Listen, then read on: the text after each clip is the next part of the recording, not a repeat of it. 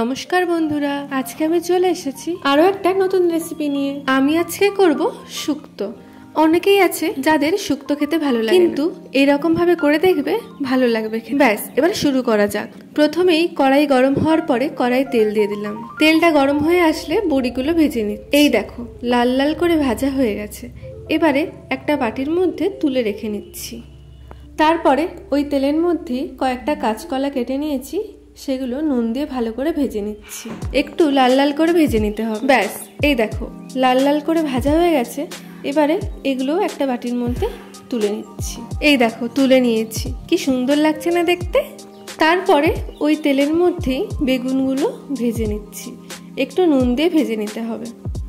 ব্যাস, নুন দিয়ে দিয়েছি, ভালো করে নাড়িয়ে নিচ্ছি। এই দেখো লাল লাল হয়ে এসেছে, বেগুনগুলো ভাজা হয়ে এসেছে।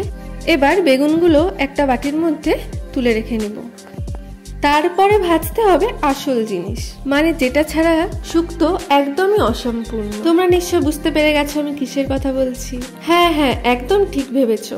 আমি এবার উচ্ছেগুলো ভালো করে ভেজে নেব। উচ্ছেগুলো ভাজতে হবে একদম লাল লাল করে। এই দেখো লাল লাল করে ভাজা হয়ে গেছে।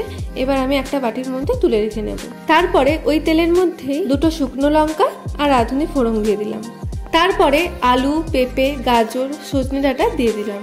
তারপরে ভালো করে নাড়িয়ে নিচ্ছি। তারপরে দিয়ে দিচ্ছি পরিমাণ মতো নুন। তারপরে ভালো করে নাড়িয়ে নেব।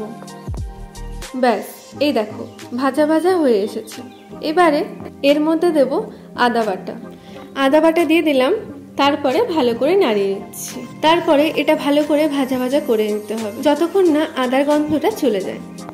ব্যাস, ভাজা ভাজা হয়ে এসেছে। এবার আমি এতে দিয়ে দিলাম রাঁধুনি সরষার পোস্ত একসাথে বেটে রেখেছিলাম, ওটা আমি দিয়ে দিলাম। তারপরে একটু জল দিয়ে ভালো করে নাড়িয়ে নিচ্ছি। এই দেখো এটা ভালো করে কষানো হয়ে গেছে। এবার এতে দেবো 1 কাপ মতো দুধ আর একটু জল। তোমরা এতে জলটা ব্যবহার না করতে পারো, পুরোটা দুধ দিয়েই করতে পারো, কিন্তু দুধ দিয়ে করলে একটু বেশি রিচ হয়ে যায়, ওই জন্য আমি একটু জল ব্যবহার করে নিয়েছি। ব্যাস, এই দেখো ফুটে এসেছে। এবার এর মধ্যে দিয়ে দেবো যে সবজিগুলো ভেজে রেখেছিলাম, সেগুলো এক এক করে আমি দিয়ে দিলাম।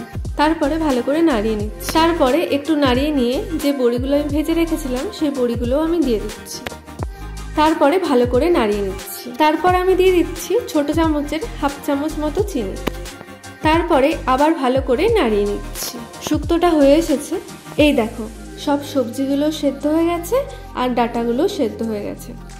এবার এতে দিয়ে দিলাম 1 চামচ মতো ঘি। তারপরে ভালো করে নাড়িয়ে নিচ্ছি, যাতে ঘিটা ভালো করে শুক্তোর সাথে মিশে যায়। এই দেখো ভালো করে নাড়িয়ে নিলাম। ব্যাস, আমাদের শুক্তো তো একদম রেডি। আমার এই ভিডিওটা দেখে যদি কারো ভালো লেগে থাকে একটা লাইক করে দিও, আর আমার ভিডিওতে যদি নতুন হয়ে থাকো তাহলে সাবস্ক্রাইব করে দাও। টাটা, দেখা হচ্ছে পরের ভিডিওতে।